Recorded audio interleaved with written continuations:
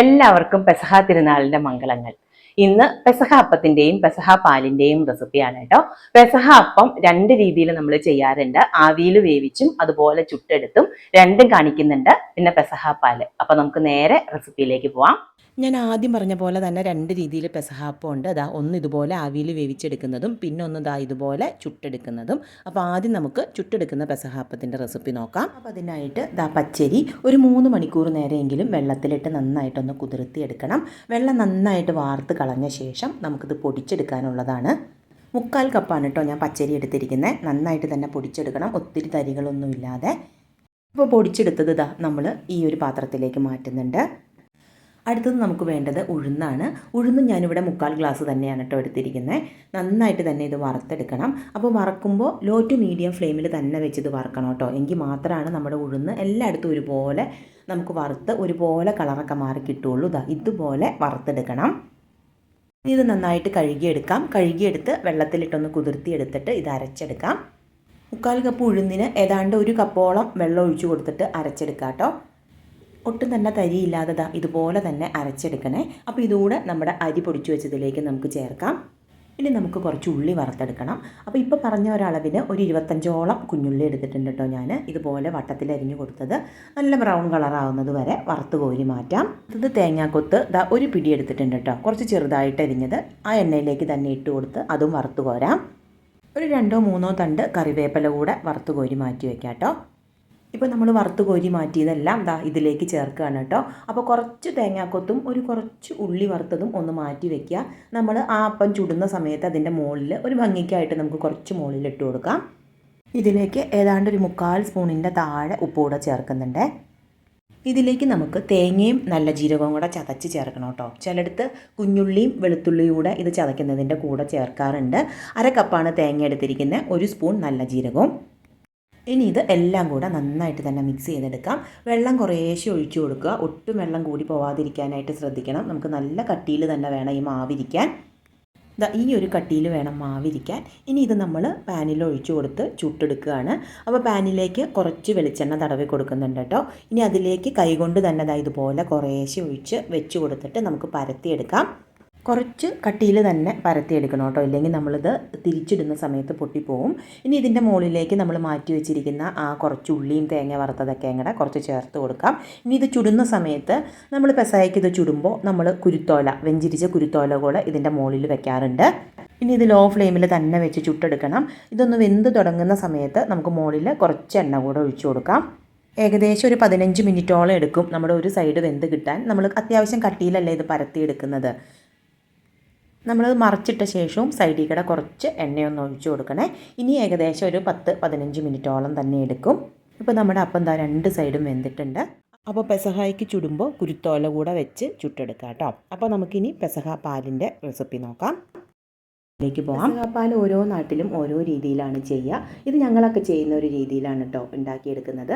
ആദ്യമായിട്ട് നമുക്ക് തേങ്ങാപ്പാൽ എടുത്ത് മാറ്റി വയ്ക്കാം. വലിയൊരു മുറി തേങ്ങ എടുത്തിട്ടുണ്ട് കേട്ടോ. ഇപ്പോൾ പറയുന്ന ഈ ഒരു അളവിൽ ഉണ്ടാക്കിയാൽ ഏതാണ്ട് ഒരു 4-5 പേർക്ക് കഴിക്കാനുള്ള പാല് കാണും. ഈ തേങ്ങ ചിരകി 1 ഗ്ലാസ് വെള്ളം ഒഴിച്ച് 1-ാം പാലും 2 ഗ്ലാസ് വെള്ളം ഒഴിച്ച് 2-ാം പാലും എടുത്ത് മാറ്റി വെക്കുന്നുണ്ട്. ഇനി നമുക്ക് ശർക്കര ഒന്ന് ഉരുക്കിയെടുക്കാം. 1/2 കപ്പ് ശർക്കര എടുക്കാം കേട്ടോ. ഈ 1/2 കപ്പ് ശർക്കരയിലേക്ക് ഒരു 3/4 കപ്പ് വെള്ളം ഒഴിച്ച് നന്നായിട്ട് തിളപ്പിച്ച ശേഷം അതൊന്ന് അരിച്ചെടുക്കണം. ആ സമയം കൊണ്ട് നമുക്കതിൽ ചേർക്കാനായിട്ട് കുറച്ച് നല്ല ജീരകവും ചുക്കും ഏലക്കയും കൂടെ പൊടിച്ചെടുക്കാം. കുറച്ച് പഞ്ചസാര ചേർത്ത് പൊടിക്കുകയാണെങ്കിൽ എളുപ്പമുണ്ട് കേട്ടോ. ഇത് മുഴുവനും നമുക്ക് വേണ്ട, ഇതിൽ നിന്ന് 1 സ്പൂൺ മതി. പൊടിക്കാൻ എളുപ്പത്തിന് ഞാൻ ഈ ഒരു അളവിൽ എടുത്തുന്നേ ഉള്ളൂ. അപ്പോൾ നമ്മുടെ ശർക്കരയൊക്കെ ഉരുക്കി അരിച്ചെടുത്ത് വെച്ചിട്ടുണ്ട്. ഇതിലേക്ക് ഒരു 4 ടേബിൾ സ്പൂണാണ് കേട്ടോ അരിപ്പൊടി ചേർക്കുന്നത്. ഈ അരിപ്പൊടി ചേർത്ത് നന്നായിട്ട് ഇളക്കി യോജിപ്പിച്ച ശേഷം വേണം നമ്മൾ സ്റ്റവ് ഓണാക്കാനായിട്ട്. ഒട്ടും കട്ടയില്ലാതെ തന്നെ ഇളക്കി യോജിപ്പിച്ചെടുക്കണം. ഇനി ഇത് ലോ ഫ്ലെയിമിൽ വെച്ച ശേഷം നന്നായിട്ട് തന്നെ കുറുക്കിയെടുക്കണം. ഇതുപോലെ നമുക്ക് കുറുക്ക് പോലെ ആയി കിട്ടും. അപ്പോൾ ആ അരിപ്പൊടിയുടെ ആ പച്ച ചുകയെല്ലാം ഒന്നങ്ങ് മാറി കിട്ടും കേട്ടോ. കണ്ടോ, ഇതുപോലെ ആക്കിയ ശേഷം ഇനി നമ്മൾ എടുത്തു വെച്ചിരിക്കുന്ന 2-ാം പാല്, 2 ഗ്ലാസ് വെള്ളം ഒഴിച്ച് എടുത്തു വെച്ചിരിക്കുന്ന 2-ാം പാല് ചേർക്കാം. 2-ാം പാല് ചേർത്ത ശേഷം ലോ ടു മീഡിയം ഫ്ലെയിമിൽ തന്നെ വെച്ച് വേണം നമ്മളിത് കുറുക്കിയെടുക്കാൻ. പാല് ചേർത്ത് നന്നായിട്ടൊന്ന് ഇളക്കി യോജിപ്പിക്കുക. എന്നിട്ടൊരു 2-3 മിനിറ്റ് നേരം തന്നെ ഒന്ന് കുറുക്കിയെടുക്കണം. ഏകദേശം ഒരു 3 മിനിറ്റൊക്കെ കഴിയുമ്പോഴേക്കും നമ്മുടെ പാൽ ഇതുപോലെ കുറച്ചൊന്ന് കുറുകി വരും. ഇനി നമുക്കിതിലേക്ക് 1-ാം പാല് ചേർക്കാം. 1-ാം പാല് ചേർത്തിട്ട് പിന്നെ തിളപ്പിക്കണ്ട കേട്ടോ. എല്ലാം കൂടെ നന്നായിട്ടൊന്ന് ഇളക്കി യോജിപ്പിച്ച ശേഷം നമുക്ക് ഫ്ലെയിം ഓഫ് ചെയ്യാം. നമ്മൾ ആദ്യം പൊടിച്ചു വെച്ചിരിക്കുന്ന ചുക്കും ജീരകവും ഏലക്കയും കൂടെ പൊടിച്ചു വെച്ചതിൽ നിന്ന് ഒരു 3/4 സ്പൂണോളം ചേർത്ത് കൊടുക്കാം കേട്ടോ. ഒന്ന് ഇളക്കി യോജിപ്പിച്ച ശേഷം അങ്ങ് അടച്ചു വെച്ചാൽ മതി. അതിൻ്റെ ഫ്ലേവറൊക്കെ നമുക്ക് പാലിലേക്ക് നന്നായിട്ട് ഇറങ്ങി കിട്ടിക്കോളും. അപ്പോൾ ഇത്രേ ഉള്ളൂ പെസഹ പാൽ റെഡിയാക്കാനായിട്ട്. അപ്പോൾ നമുക്കിനി ആവിയിൽ വേവിച്ച പെസഹാപ്പത്തിൻ്റെ റെസിപ്പി നോക്കാം. പച്ചരിയാണ് എടുക്കുന്നത്. 1 ഗ്ലാസ്സാണ് പച്ചരി എടുക്കുന്നത്.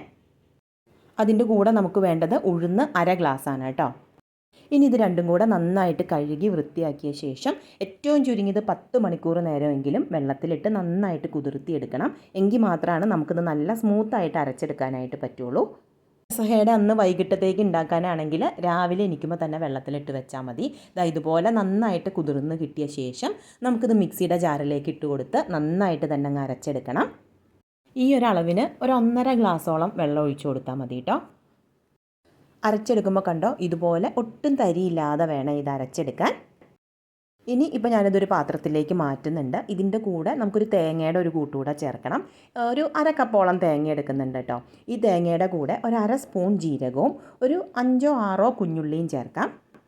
ഇത് നമ്മൾ ആദ്യം അരച്ച പോലെ സ്മൂത്തായിട്ട് അരയ്ക്കണം എന്നില്ല. ഇതുപോലെ തരിതരിപ്പായിട്ട് അരച്ചെടുത്താൽ മതി. നന്നായിട്ടൊന്നങ്ങ് ഒതുക്കിയെടുത്താൽ മതി. ഇത് നമ്മൾ ആദ്യം അരച്ച് വെച്ചിരിക്കുന്ന അരിയുടെ കൂട്ടിലേക്ക് ചേർത്ത് ഒരു 1/2 സ്പൂണോളം ഉപ്പ് കൂടെ ചേർക്കാം. നമ്മുടെ അപ്പത്തിന് ആവശ്യമുള്ള ഉപ്പും കൂടെ ചേർത്ത് നന്നായിട്ട് എല്ലാം കൂടെ ഇളക്കി യോജിപ്പിച്ച് ആവിയിൽ വേവിച്ചെടുക്കുകയാണ് ചെയ്യുന്നത്. ഇതിനിപ്പോൾ നല്ലൊരു ഷേപ്പ് കിട്ടാൻ വേണ്ടിയിട്ട് ഞാനിപ്പോൾ ഇവിടെ കേക്കിൻ്റെ ഈ ഒരു ടിന്നിലേക്കാണ് കേട്ടോ ഒഴിച്ചു കൊടുത്തിട്ട് ആവി കയറ്റുന്നത്. നല്ല കട്ടിയുള്ള ഒരപ്പം തയ്യാറാക്കാനായിട്ട് ഈ ഒരളവ് മതിയാവും നമുക്ക്. ഞാനിപ്പോൾ ആ മാവ് മുഴുവനൂടെ ഈ ഒരു കേക്ക് ടിന്നിലേക്ക് ഒഴിച്ചു കൊടുത്തിട്ടുണ്ട്. ഇത് പുളിപ്പിക്കാനായിട്ട് നമ്മൾ വെക്കില്ല. അരച്ച് മാക്സിമം ഒരു 1/2 മണിക്കൂർ നേരം റെസ്റ്റ് ചെയ്യാൻ വെച്ചാൽ മതി. ഇത് വെന്ത് വരാൻ ഏതാണ്ട് ഒരു 1/2 മണിക്കൂറിനടുത്ത് എടുക്കും കേട്ടോ. കാരണം കുറച്ച് കട്ടിയിലല്ലേ നമ്മൾ ഒഴിച്ചു കൊടുത്തിരിക്കുന്നത്. മീഡിയം ഫ്ലെയിമിൽ ഒരു 1/2 മണിക്കൂറോളം വെച്ചെടുത്താൽ നമ്മുടെ പെസഹാപ്പം റെഡിയാണ്. പെസഹായ്ക്ക് തയ്യാറാക്കുമ്പോൾ ഒരു കുരിശുരൂപം, നമ്മുടെ കുരുത്തോലയുടെ കുരിശുരൂപം കൂടെ വെച്ചിട്ട് വേണം നമ്മളിത് ആവി കയറ്റിയെടുക്കാൻ. അപ്പോൾ എല്ലാവർക്കും ഒരിക്കൽ കൂടെ പെസഹ തിരുനാളിൻ്റെയും ഈസ്റ്ററിൻ്റെയും മംഗളങ്ങൾ.